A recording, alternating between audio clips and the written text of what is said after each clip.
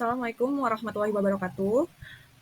Halo semuanya, di sini saya akan memperkenalkan diri. Perkenalkan, nama saya Ayu Putri Karnisa dengan nomor induk mahasiswa saya yaitu 240641006 dari kelas SD 24A dari Universitas Muhammadiyah Cirebon. Di sini saya akan menjelaskan tentang materi fonologi, morfologi, dan sintaksis.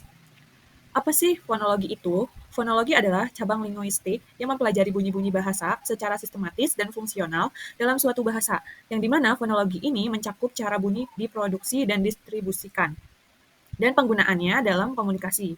Kemudian, fonologi berbeda dengan fonetik yang lain. Fonetik mempelajari bunyi bahasa secara fisik, bagaimana bunyi dihasilkan oleh alat ucap, sementara fonologi lebih fokus pada fungsi bunyi dalam suatu sistem bahasa. Kemudian selanjutnya ada fonologi terdiri dari dua unsur utama. Yang pertama itu ada fonologi fonem, yang dimana fonem adalah satuan bunyi terkecil yang dapat membedakan makna dalam suatu bahasa, yang memiliki contoh, yaitu kata paku dan baku memiliki makna berbeda karena perbedaan fonem P dan B. Kemudian jenis-jenis fonem ini dibagi menjadi ada fonem vokal yaitu A, I, U, E, O, ada fonem konsonan yaitu B, C, D, E, B, C, D, F, G, H, J, K, L, M, N, dan lain sebagainya. Selanjutnya, ada suprasegmental. Unsur suprasegmental mencakup ciri-ciri bunyi yang melampaui fonem seperti intonasi, yaitu naik turunnya nada dalam kalimat, kemudian ada tekanan, yang dimana penekanan pada suatu kata atau kata, kemudian ada durasi, yang dimana arti durasi itu lama pendeknya bunyi, kemudian ada jeda, yaitu hentian antar kata atau antar kalimat.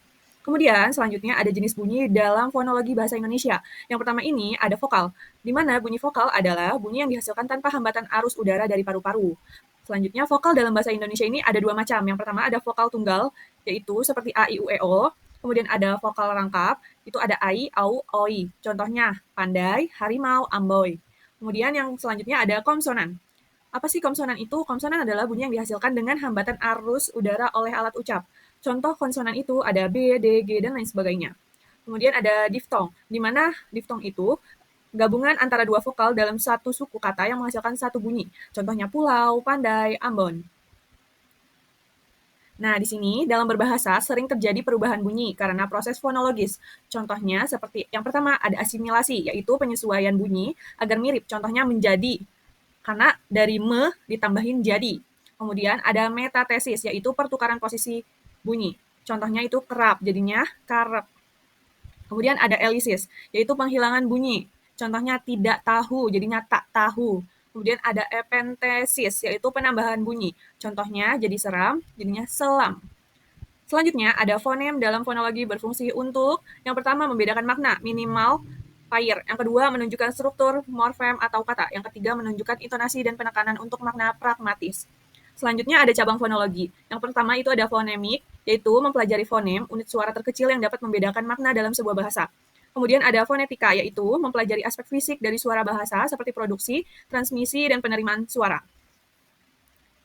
Di sini juga ada cabang-cabang fonologi. Yang pertama itu ada alofoni yang mempelajari variasi suara yang diucapkan berdasarkan konteks dalam sebuah bahasa meskipun fonemnya sama. Selanjutnya ada frosodi yang dimana mempelajari elemen suprasegmental seperti intonasi, tekanan, dan durasi dalam bahasa. Kemudian ada morfofonologi, yaitu mempelajari interaksi antara morfologi, struktur kata, dan fonologi suara. Selanjutnya di sini ada peran fonologi dalam bahasa. Yang pertama ada membedakan makna, yang dimana fonologi membantu membedakan kata-kata yang memiliki bentuk serupa tetapi makna yang berbeda, seperti perbedaan antara padi dan badi berdasarkan perubahan fonem. Selanjutnya ada struktur bahasa. Struktur bahasa ini dalam fonologi memberikan struktur dasar dalam pembentukan kata dan kalimat. Melalui aturan fonologi, suatu bahasa memiliki sistem suara yang teratur.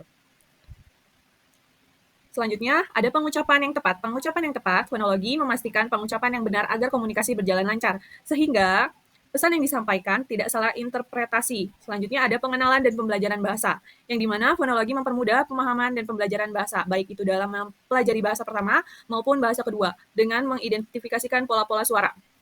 Selanjutnya ada membedakan fonetik dan fonemik dalam cabang fonologi. Fonetik, apa sih fonetik itu? Fonetik adalah mempelajari bunyi bahasa dari segi fisik dan artikulatoris tanpa memperhatikan fungsi linguistiknya, yang fokus pada cara bunyi diproduksi, sifat akutistiknya, dan bagaimana bunyi tersebut didengar, menggunakan simbol-simbol dalam alfabet fonetik internasional untuk mempresentasikan bunyi secara detail. Kemudian, fonemik itu apa ya? Fonemik itu adalah mempelajari bunyi bahasa dari segi fungsi dalam sistem bahasa atau bagaimana bunyi, membedakan makna dalam suatu bahasa, berfokus pada fonem yaitu unit bunyi, terkecil yang dapat membedakan makna kata dalam suatu bahasa, yang tidak terlalu memperhatikan variasi fonetik, tetapi lebih kepada peran bunyi dalam suatu sistem bahasa tertentu. Selanjutnya ada faktor-faktor yang mempengaruhi fonologi. Yang pertama ada faktor sosial, yang dimana perbedaan status sosial, usia, jenis kelamin, atau kelompok etnis dapat mempengaruhi pengucapan suara dan dialek dalam bahasa. Kemudian yang kedua ada faktor geografis, yang dimana variasi fonologi dapat dipengaruhi oleh lokasi geografis, menyebabkan perbedaan dalam pengucapan antar daerah. Yang ketiga ada faktor sejarah, yaitu perubahan bahasa yang terjadi sepanjang waktu, termasuk kontak dengan bahasa lain, dapat mempengaruhi sistem fonologi. Kemudian ada faktor psikologis, yaitu yang dapat dipengaruhi oleh kebiasaan atau cara berpikir juga mempengaruhi fonologi dalam bahasa. Selanjutnya yang kedua, kita akan membahas tentang morfologi. Apa sih morfologi itu? Morfologi adalah cabang linguistik yang mempelajari struktur internal, kata, dan proses pembentukannya. Dalam bahasa Indonesia, morfologi mencakup analisis terhadap morfem, yaitu unit terkecil yang memiliki makna, serta proses afiksasi, reduplikasi, komposisi, dan konversi. Yang kedua, pengertian morfem. Apa sih morfem itu? Morfem adalah satuan gramatikal terkecil yang memiliki makna atau fungsi. Contoh, ada buku, kan, ber. Kemudian ada jenis-jenis morfem. Yang pertama, berdasarkan kemandiriannya. Morfem, ada morfem bebas, yaitu dapat berdiri sendiri sebagai kata. Contoh, baku, rumah, makan. Kemudian ada morfem terikat, tidak dapat berdiri sendiri, harus melekat pada morfem lain. Contoh, ber, kan, i. Kemudian berdasarkan fungsi, morfem leksikal memiliki makna leksikal atau nyata. Contoh, air, jalan, tulis. Ada morfem gramatikal, yaitu berfungsi secara gramatikal. Selanjutnya ada proses morfologis. Apa sih proses morfologis itu? Proses morfologis itu adalah cara membentuk kata baru dari morfem atau kata dasar. Proses ini meliputi, yang pertama itu ada afiksasi, yaitu pengimbuhan, yang dimana penambahan afiks, imbuhan, pada kata dasar. Di sini bisa dilihat contoh-contohnya. Kemudian ada reduplikasi, yaitu pengulangan sebagian atau seluruh kata.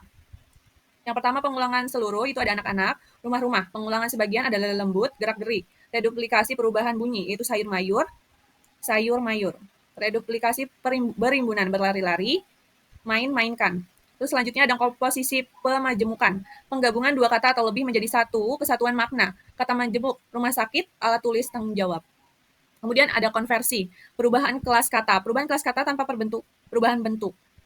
Contohnya, bantu. Bantu itu kan kata kerja. Kemudian bantu kata benda dalam ia butuh bantu. Kemudian ada contohnya lagi, makan. Itu verba, makanan nomina. Dalam makanan itu enak.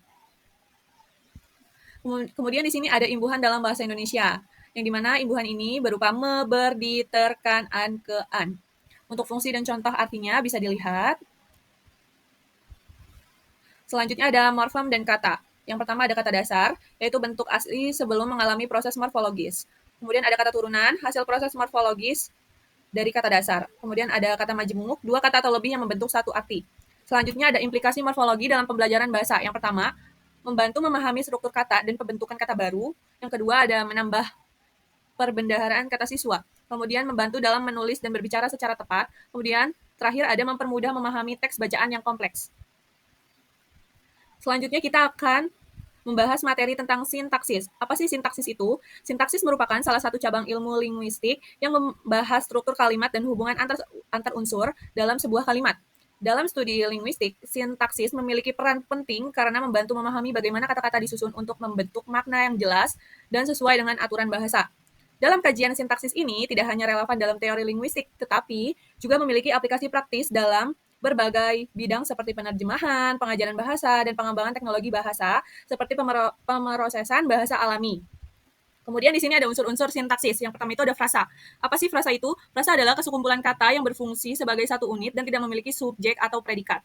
Frasa dapat dibagi menjadi beberapa jenis, termasuk frasa nominal, frasa verbal, frasa adjektival, frasa adverbial, dan frasa preposisional. Kemudian ada klausa.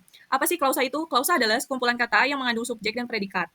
Klausa dapat berupa klausa independen atau klausa dependen. Selanjutnya ada kalimat. Apa sih kalimat itu? Kalimat adalah suatu bahasa yang terdiri dari satu atau lebih klausa dan mengungkapkan pikiran yang lengkap. Selanjutnya di sini ada unit sintaksis. Berikut beberapa unit sintaksis yang kalian perlu perhatikan. Yang pertama itu ada kata. yaitu unit terkecil dalam sintaksis yang memiliki makna. Kemudian yang kedua ada frasa, yaitu gabungan kata-kata membentuk unit sintaksis yang lebih besar. Kemudian ada kalimat, yaitu gabungan frase yang membentuk unit sintaksis yang lengkap. Berikut ada beberapa struktur kalimat. Yang pertama itu ada kalimat sederhana, yang dimana kalimat tersebut terdiri dari satu klausa. Kemudian kalimat majemuk, yang dimana kalimat tersebut terdiri dari dua atau lebih klausa. Yang ketiga, kalimat aktif, yang dimana kalimat tersebut memiliki subjek melakukan aksi. Kalimat pasif, yaitu kalimat yang menerima subjek. Gitu. Selanjutnya ada struktur kalimat. Di sini, bagian subjek kita tandai sebagai S, bagian yang menjadi pokok pembicaraan atau pelaku tindakan, biasanya berupa kata benda atau frasa nominal. Kemudian, predikat kita tandai sebagai P, bagian yang menjelaskan tindakan, keadaan, atau sifat dari subjek. Kemudian, predikat biasanya berupa kata kerja, tetapi bisa juga berupa kata sifat atau frasa lainnya. Kemudian ada objek. Di sini, objek kita tandai sebagai O, bagaimana bagian objek ini dikenai tindakan dari predikat. Objek biasanya muncul setelah predikat dan berupa kata benda atau frasa nominal. Kemudian ada pelengkap pel, ada keterangan yang dimana kita tandai sebagai K, bagaimana yang memberikan informasi tambahan tentang waktu, tempat, cara, sebab, tujuan, dan sebagainya dalam sebuah kalimat. Di sini ada beberapa fungsi dari sintaksis. Yang pertama ada subjek, fungsinya itu menunjukkan pelaku aksi sesuai yang bacaan yang tadi. Kemudian ada predikat yang mana menunjukkan aksi atau keadaan. Yang selanjutnya ada objek, fungsi yang menunjukkan sasaran aksi. Kemudian ada keterangan yang dimana menunjukkan informasi tambahan. Berikut ada beberapa jenis kalimat juga. Yang pertama ada kalimat deklaratif, kalimat yang digunakan untuk menyatakan fakta. Kemudian ada kalimat interrogatif, kalimat yang digunakan untuk bertanya. Kemudian kalimat imperatif, yaitu kalimat yang digunakan untuk memberikan perintah. Yang keempat ada kalimat eksprasif, yang dimana kalimat yang digunakan untuk mengungkapkan perasaan. Dengan memahami sintaksis ini, kita dapat meningkatkan kemampuan untuk berkomunikasi dan menyampaikan pesan dengan lebih efektif. Mungkin segitu saja presentasi dari saya. Apabila ada kata-kata yang salah, mohon maaf. Assalamualaikum warahmatullahi wabarakatuh.